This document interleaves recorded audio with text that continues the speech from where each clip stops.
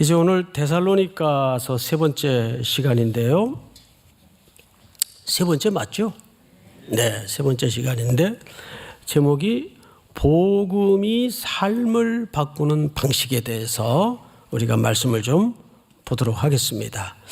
우선 첫 절 6절을 한번 볼까요? 6절 또 너희는 많은 환난 가운데에서 성령의 기쁨으로 말씀을 받았다. 자, 우선 우리가 시대적 상황 속에서 이 본문을 이해를 해야 이 의미가 정확하게 전달이 될 수가 있습니다. 도대체 데살로니가 성도들은 많은 환난이라고 표현을 했는데 그 환난의 종류가 뭘까? 어떤 환난일까? 환난도 여러 가지가 있을 수 있잖아요. 그 시대를 돌아가 보면 지난 시간 그 앞서 서론 시간에서도 언급을 잠깐 했지만 이 데살로니가라는 지역은 여러 로마 제국하의 식민지 도시로서 가장 충성스러운 도시입니다. 항구 도시라고 그랬죠. 그래서 로마 정부로부터 모든 혜택을 누렸어요. 그러니까 이 도시는 굉장히 번영된 도시에다가 로마의 가치와 로마의 질서와 로마의 원리를 철저하게 순응하는 도시이다 보니까 도시가 평안했어요. 조용했어요. 누구 하나 서열을 일으키거나 문제를 일으키는 사람이 있을 수가 없어요. 그것이 로마 제국이 국가의 통치 철학으로 평화, 특별히 질서 이런 걸 굉장히 강조했습니다. 그런데 어느 날 허름한 무리들이 이 도시로 스며들더니 이상한 얘기를 퍼뜨리기 시작하는 겁니다. 소위 예수 그리스도가 주님이십니다. 그 아버지이신 하나님만이 참된 주인이십니다. 이런 듣도 보도 못한 희한한 얘기를 전하니까 그 복음은 능력이 있죠. 그러면서 도시를 시끌시끌하게 만들었습니다. 여러분, 거듭 말씀드리지만 로마 정부는 종교에 관한 한 관용 정책을 펼쳤습니다. 뭘 믿든 우리가 상관 안 한다. 단 그것으로 인해서 사회가 질서가 무너지고 시끄러워지면 그건 용납하지 않는다. 그래서 사도들이나 성도들이 핍박을 받았던 이유는 복음을 믿었기 때문에, 예수를 믿었기 때문이 아니라 그 복음과 예수를 통해서 사회가 시끄러워지니까, 로마의 질서와 로마의 평화가 깨지니까 그것을 용납하지 않다 보니 고문을 겪고 투옥이 되고 환난을 겪은 겁니다. 자, 이렇게 데살로니가의 복음이 핵폭탄급의 복음이 떨어지다 보니까 도시가 술렁술렁해져 가기 시작합니다. 그러면서 로마 정부로부터 매우 가혹한 핍박이 가해집니다. 몇 가지 핍박이 있는데 첫째는 도시의 번영과 평화를 무너뜨려서는 안 된다. 그리고 가이사만이 주님이신데 저들은 예수 그리스도라는 사람이 주인이시라고 하니 이거는 용납할 수 없다. 그래서 이들이 체포가 됩니다. 매를 맞습니다. 고난을 겪습니다. 더 현실적인 문제는 이들에게 목숨의 위협과 삶을 영위할 수 있는 물리적인 경제적인 핍박이 처절하게 가해지기 시작합니다. 여러분, 우린 지금 그 상황을 글로 읽고 이야기를 좀 듣고 있지만 이것이 우리 일상에 나에게 현실로 밀어닥쳤을 때 만만했겠어요? 이거는 엄청난 충격이었어요. 사실은 내가 죽느냐 사느냐 목숨을 건 싸움이 매일 이어졌다고 해도 틀린 말이 아닙니다. 쉬웠겠습니까? 그 환난 속에서 도대체 이들은 어떻게 견디고 어떻게 버텼을까? 성경은 이렇게 뜻밖의 대답을 내놓는데 6절을 보세요. 또 너희는 많은 환난 가운데서 무엇으로 말씀을 받았다고 되어 있죠? 성령의 기쁨. 할렐루야. 어쩌면 오늘 말씀 속에서 이 성령의 기쁨이라는 주제는 우리 신앙생활에 오늘날 한국교회와 세계교회가 잃어버렸던 본질입니다. 요즘은 시대 자체가 AI 시대이다 보니까 합리, 수리, 논리, 상식 이런 것이 신앙의 세계를 지배하기 시작했어요. 그런데 이들이 그런 초인적인 삶을 매일매일 싸워나가면서 버틸 수 있었던 것은 본인들의 결단이나 의지력이 아니에요. 성경은 뭐라고 얘기하죠? 위로부터 임하시는 성령의 기쁨에 붙잡혔다. 할렐루야. 이것은 누구도 만들어낼 수 없는 힘입니다. 그래서 성도가 사는 힘은 위로부터 임해야 돼요. 믿습니까? 그래서 송 목사 푸사에 보면 위로부터, 그리고 나이아가라 앞에서 찍은 사진을 탁 걸어놓고 폭포가 막 쏟아져요. 위로부터 은혜가 임해야 돼요. 그러면 아무리 거칠고 고단한 가시밭길을 걷더라도 그것이 제거가 되어서 기쁨이 온 게 아니라 성령이 그것을 덮어버리게 만들어요. 툭툭 털어버리고 또 일어나서 걷는 힘을 주신단 말이에요. 믿습니까? 여러분, 그런데 이 시대가 교회에 어쩌면 가장 중요한 본질일 수 있는 이 성령의 기쁨을, 성령의 힘을 잃어버리고 산다는데 비참함이 있습니다. 교회는 상식적이어야 되지만 상식을 넘어서야 됩니다. 그래서 믿음의 역사라 그러잖아요. 믿습니까? 그러니까 이들이 그 가혹한 시대적 물리적 핍박 앞에서도 버텨내고 이겨낼 수 있었던 것은 의지력으로 결단으로 되어진 일이 아니고 유난히 믿음이 좋아서가 아니라 위로부터 오시는 성령의 기쁨이 그거를 덮어버리고도 남는 은혜를 입은 사람들이었습니다. 여기 말씀을 받아라는 말은 말씀은 그냥 listening, hearing, 들었다 그런 차원이 아닙니다. 그 말씀을 받아서 살아냈다는 뜻이에요. 그 얘기를 이어서 이렇게 얘기합니다. 6절을 잘 보시면 기쁨으로 말씀을 받아 우리는 누굴 가리킬까요? 바울과 사도들을 가리킵니다. 우리와 주는 누구를 가리킬까요? 예수 그리스도입니다. 주를 어떤 자가 되었으니 미메타이, 본받는 자가 되었다.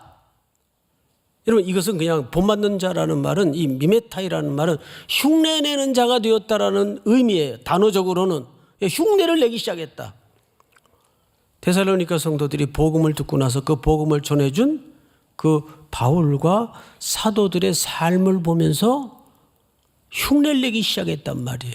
그런데 이것은 단순한 흉내를 내는 게 아니라 근본적인 변화, 예를 들어서 삶의 틀과 양식과 전인적인 내면의 가치관과 세계를 완전히 바꿨다 그 말이에요.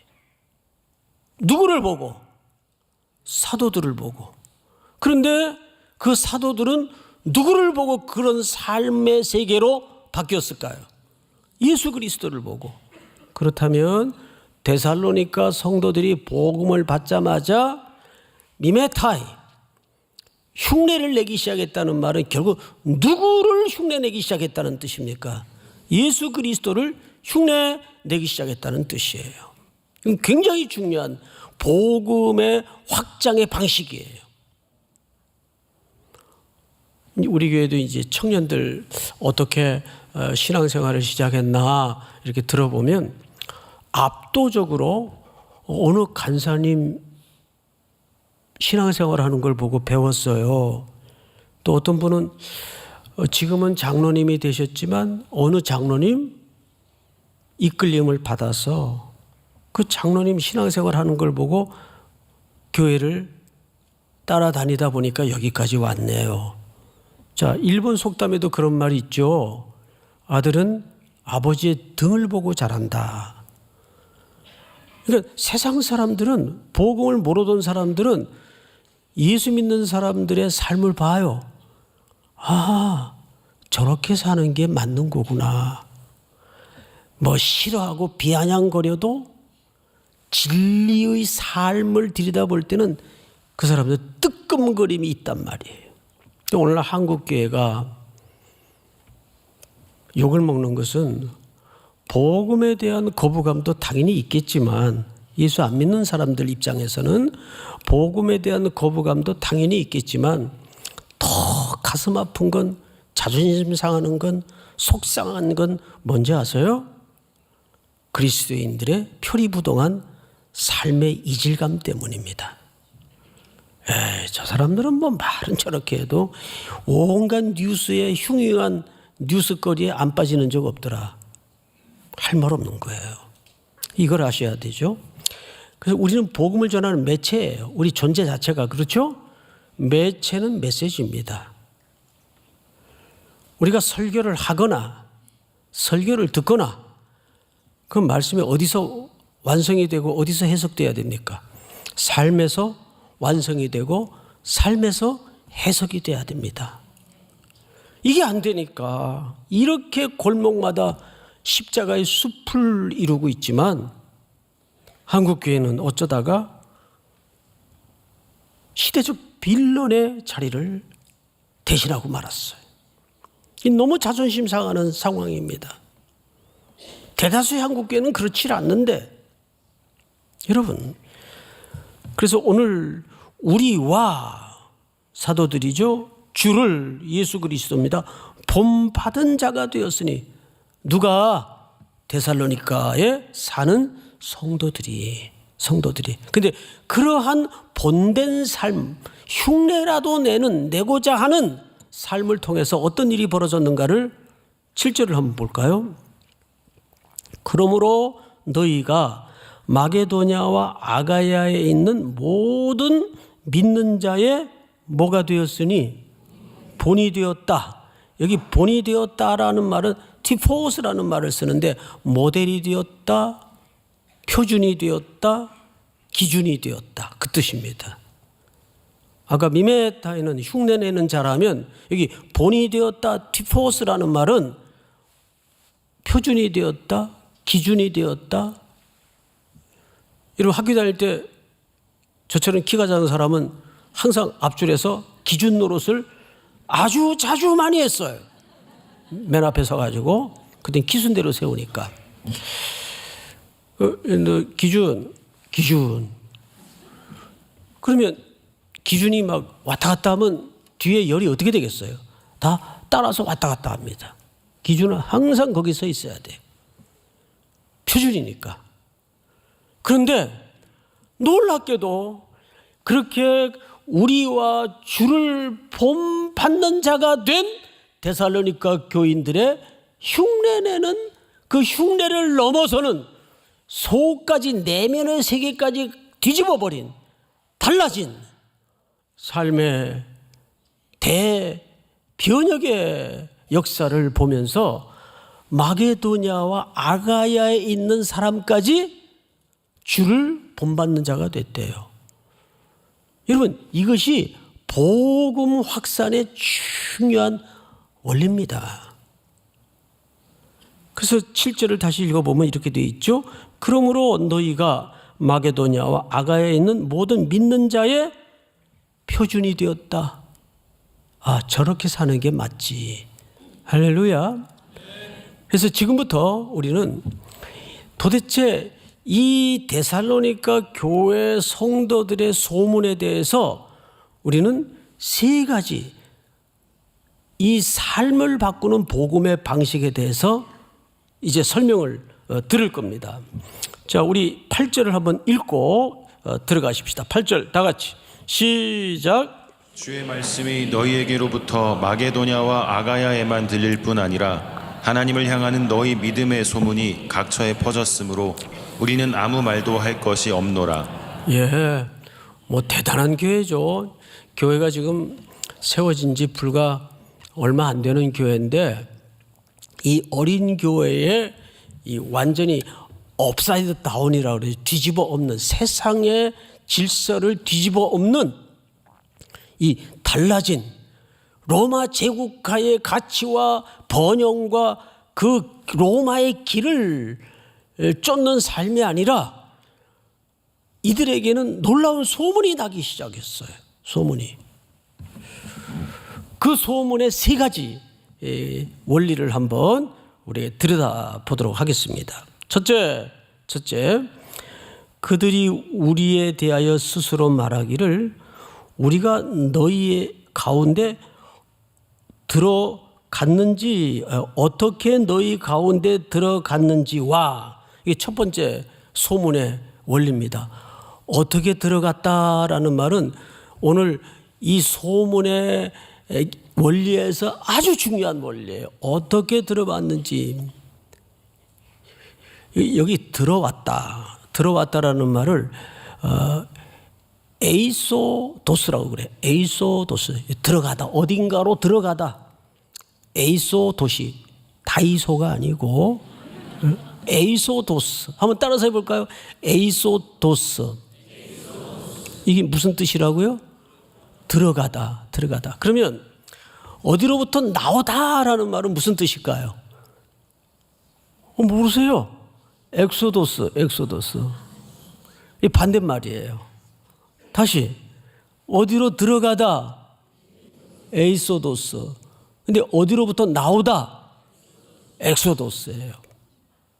이스라엘 백성들이 400년을 대문명 제국인 애굽에서 노예 생활을 했어요. 감독자 밑에서, 계급 사회에서. 여러분, 애굽의 지혜를 세 가지로 꼽는데 합리, 수리, 논리입니다. 그래서 철저히 관리 감독 아래 1에서 1을 더하면 2가 나와야 되는 세상의 원리 속에서 갖은 우상 숭배의 섬김의 문화 속에서 4대가 살았어요. 여러분, 4대가 그런 삶을 살면 어떻게 될까요? 그냥 애굽화가 된 겁니다. 근데 출애굽, 엑소도스를 냈어요. 이 엑소도스라는 말은 길에서 나왔다 그 뜻이에요. 어느 길에서 나왔어요. 어느 길에서? 로마의 제국과 애굽의 제국의 질서에서 나온 거예요. 그들이 홍해를 건너 출애굽했더니 뭐가 나왔습니까? 광야, 미드바르, 광야가 나왔어요. 그래서 원래 엑소도스라는 말은 무슨 의미인가 하면 길 밖의 길이라는 뜻입니다. 광야가 그들이 구원받은 이후에 처음으로 마주한 길이었습니다. 새 길이었습니다. 그래서 그들이 40년 동안을 광야에서 처절하게 머리 꼭대기부터 발끝까지 온 몸으로 적셔지듯이 딱 하나 배운 게 뭡니까? 주님을 바라보는 것만이 살 길이다. 이거 하나 배운 거예요. 그게 뭐예요? 그게 새 길이에요. 길에서 나와서 그들이 새로 들어간 길이 그거 배운 거예요. 여러분, 데살로니가 성도들이 들어갔다라는 말은 복음을 가지고 새 길을 그 데살로니가 뿐만 아니라 마게도냐와 아가야 지역의 또 다른 각처에 소문이 퍼지게 했다 그 말이에요. 새로운 길을 가지고 들어간 거예요. 믿습니까? 네. 여러분들이 예수를 바르게 정상적으로 믿는다면 이 로마 제국과 같은 애굽의 문명과 같은 화려함과 허례의식으로 우상으로 가득한 이 혼돈의 세상 속에서 새 길을 가지고 들어가는 거예요. 그 길이 예수의 길입니다. 그 소문이 났단 말이에요. 저렇게 사는 게 맞아? 와, 대단한데? 근데 죄송하지만 거듭 말씀드리는 것은 한국교회는 이런 소문에 대해서 별로 그렇게 높은 평가나 점수를 받지 못하고 있어요. 이걸 뒤집어 엎어야 돼요. 그럼 첫째는 예수 그리스도라는 새 길이 들어가서 뭐가 나야 될까요? 좋은 소문이 나야 돼요. 한국교회는, 삼일교회는 온 이 땅의 교회들이 좋은 소문이 나야 돼요. 뭐 남의 얘기, 부정적인 얘기는 굳이 설교 시간에 예로 들 일이 없고, 제가 존경하는 어느 목사님이 강남 한복판에서 큰 교회를 목회하시다가 이제 분리개척을 시작하셨어요. 보통 분리개척하면 이제 똑똑한 부목사님 한 분 이제 선정해서 교인들을 떼주는 그런 이제 형태를 분리개척이라고 합니다. 뭐 그것도 대단한 거죠. 근데 그 교회는 1,500명이 넘으면 분리개척한다 해서 분리개척의 첫 시범으로 부목사님을 선정해서 내보낸 게 아니라 담임 목사님이 개척을 해서 나가셨어요. 담임 목사님. 근데 저는 이제 내년이 은퇴니까 시간이 없어요. 그러고 싶어도. 진작에 좀 한번 해볼 걸. 예? 그러니까 그렇게 건강하게 목사님이 아예 그냥 저 지방에, 그러니까 그때는 그 용인이라는 데가 뿔 빠진 데였어요. 거기에 개척을 해서 나가셨는데 금방 교회가 부흥이 됐겠죠, 당연히. 그런데 보니까 젊은 부부들이 대부분이에요, 그쪽은. 그래서 교회 다음 세대를 위해서 공간이 있어야 되는데 도저히 임시 건물, 임시 처소에서는 안 되겠다 싶어가지고 교회를 건축하기로 이제 의견을 모았습니다. 그리고 그 머물던 땅은 본 교회에서 사준 땅이니까 나중에는 그 땅값을 돌려줘야 돼요. 그리고 이제 건축도 해야 돼요. 근데 그 땅을 내놨는데 세상에 땅값이 그때 이제 그 용인 쪽에 바람이 불 때예요. 올랐겠어요? 내렸겠어요? 부동산 불패의 신화가 작용을 한 거죠. 그래서 무려 차익을 봤더니 40억가량이 차익이 난 거예요. 그 땅값도 갚아야 되고 이제 건축도 해야 되는데 당회가 도저히 귀를 의심할 수밖에 없는 결단을 했어요. 이거는 불로소득이다. 그리고 교회는 온전히 성도들의 헌신과 기도와 눈물로 짓는 것이 교회지 이렇게 불로소득으로 교회를 건축할 수 없다. 그걸 전부 사회에 환원하기로 결정을 했습니다. 이게 상식적으로 맞아요? 그 차익은 보통 여느 교회 같으면 주님의 은혜입니다. 그리고 해도 누가 시비를 걸겠어요? 누가? 예? 그렇게 결정을 해버렸어요.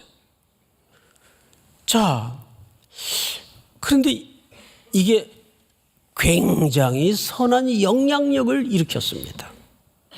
이게 좋은 소문이에요. 이제 우리 삼일교회도 어마어마한 재정을 들여서 지금 다음 세대를 위한 공간을 이제 곧 마련합니다. 그건 필요한 공간이에요. 그런데 항상 말씀을 드리지만 교회는 삼일교회의 재산이 아닙니다. 누구 겁니까? 하나님 거예요.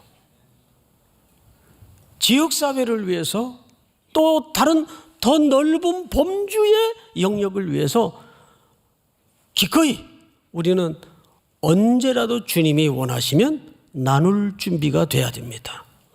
우리 교회는 두 가지 금기어가 있다고 그랬어요. 돕는다라는 말을 쓰지 않는다. 쥐뿔도 우리끼리 있어야 돕지. 다 받은 건데 뭘 도와요? 나누는 거예요. 믿습니까? 나누는 거예요. 또 하나의 금기어는 수고했다는 말을 쓰지 않는다.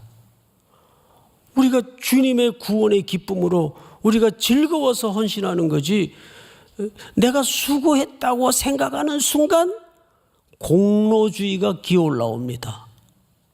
보상심리가 일어나요. 우리는 전부 예수 그리스도의 보배로운 피로 덤으로 사는 인생이에요. 거저 받은 인생이에요. 믿습니까? 뭘 수고를 해요? 내가 이 교회 40년 동안, 아니요. 오직 교회는 그리스도의 피, 그분의 공로로 서 있어야 됩니다. 믿으십니까? 이걸 철저히 온 교회가 동의하고 지켜낼 때 좋은 소문이 나가는 거예요. 근데 한국 교회는 안 믿는 분들의 평가를 들어보면 싸우는 곳. 그러니까 어느 전철에서 막 두 사람이 다투니까 어느 할아버지가 딱 소리를 질렀어요. 야 이놈들아, 여기가 예배당인 줄 알아, 쌈질들하게. 이게 얼마나 자존심 상하는, 만들어낸 얘기겠지만 그런 시선의 대상이 되고 마른 거죠. 한국교회가 좋은 소문이 나도록 기도합시다. 믿습니까? 두 번째로 여기 성경을 보시면 9절을 다시 읽겠습니다. 그들이 우리에 대해 스스로 말하기를 우리가 어떻게 너희 가운데 들어갔는지와, 여러분 이 당시에는 도시마다 돌아다니면서 자기 부를 누리고 명예를 위해서 거짓 철학자와 화려한 언어 수단으로만 밥벌이하는 철학자들이 굉장히 많았어요. 그래서 사도 바울 일행들이 돌아다니면서 대가를 받지 않는 이유가 그런 시대적 맥락 때문에 대가를 받지 않은 겁니다. 그러면서 5절을 확인해 보시면 바울이 자기들의 삶을 이렇게 얘기해요. 이는 우리 복음이 너희에게 말로만 이른 것이 아니라 또한 능력과 성령과 큰 확신으로 된 것임이라. 우리가 너희 가운데 너희를 위하여 어떤 사람이 된 것은 너희가 아는 바와 같으니. 어떤 사람이 됐단 말이에요. 어떤 사람이 됐을까요? 그것이 데살로니가 전서 2장 전체의 설명입니다. 어떻게 교회를 섬겼고 성도들을 섬겼고 헌신을 했으며 눈물로 빼곡한 기록들이 온몸으로 살아낸 흔적들이 2장에 가득합니다. 그 얘기를 하는 거예요. 방금도 말씀을 드렸지만 우리는 복음을 전하는 매개물인데 이 매체는 메시지예요. 믿습니까? 자, 다시 9절을 보시면 너희가 어떻게 우상을 버리고 하나님께로 돌아와서 살아계시고 참되신 하나님을 섬기는지와, 이거는 선교적 교회들이 붙잡아야 될 일상과 선교 현장에서 선명한 메시지입니다. 가이사가 주님이 아니라 우리 주 예수 그리스도가 주님이시고 하나님만이 참된 주님이시다. 이 선명한 복음이 전제되지 않고서는 참된 복음의 전파라고 할 수가 없어요. 그들에게 사회복지로 다가서는 것도 아니고 복지적인 형태가 있어야 되겠지만 윤리나 도덕적이고 구제적인 형태를 우리가 갖춰야 되겠지만 그 핵심에는 뭘 담아서요? 선명한 메시지. 예수 그리스도가 주인이십니다. 예수 그리스도가 주님이십니다. 하나님만이 참된 주이십니다. 선명한 메시지가 있었어요. 지금 얼마나 시대가 나뉘어져 있고 혼란스러워 있습니까? 이때 우리는 우뚝 드러낼 사안은 하나밖에 없어요. 예수 그리스도가 주님이십니다. 믿으십니까? 예수 그리스도가 하나님이십니다. 마지막 세 번째로 10절을 한번 같이 읽어볼까요? 시작. 또 죽은 자들 가운데서 다시 살리신 그의 아들이 하늘로부터 강림하실 것을 너희가 어떻게 기다리는지를 말하니 이는 장래의 노하심에서 우리를 건지시는 예수시니라. 주님이 이 땅에 다시 오십니다. 역사는 이렇게 끝나지 않습니다. 주님이 다시 오시면 진노의 대상이 드러날 것이고 어린 양에 붙어서 그 피의 공로를 입은 자들이 구원을 완성하게 될 것입니다. 그때는 우리 눈에 흘렀던 눈물을 닦아주실 것이고 이지러지고 어그러진 거짓들이 다 드러날 것입니다. 그래서 주님을 대망하는 삶은 견디고 버티는 삶이 아니라 그랬어요. 그날을 적극적으로 오늘이라는 현실 속에서 살아내야 되는데 그 방식은 하나밖에 없어요. 오늘이 마지막이다. 오늘은 내 삶의 남은 끝자락의 마지막 시간이다라는 개혁주의 종말과는 오늘이 내 인생의 마지막 날이라는 그런 긴박성을 가지고 화급성을 가지고 살아내야 돼요. 할렐루야. 거기에 우리의 인생의 타임테이블이 딱 맞춰져 있을 때 우리의 삶의 질서와 삶의 패턴은 확실해질 수가 있습니다. 다시 오실 주님을 소망하며 그것이 우리가 기다리는 이 세상 사람들이 걸어가는 길이 아닌 이 길 밖에 새로운 길로 여러분들이 주님의 다시 오심을 대망하는 아름다운 종말론적 삶이 될 수 있기를 주의 이름으로 축복합니다. 다 일어나십시다. 성령이 오셨네.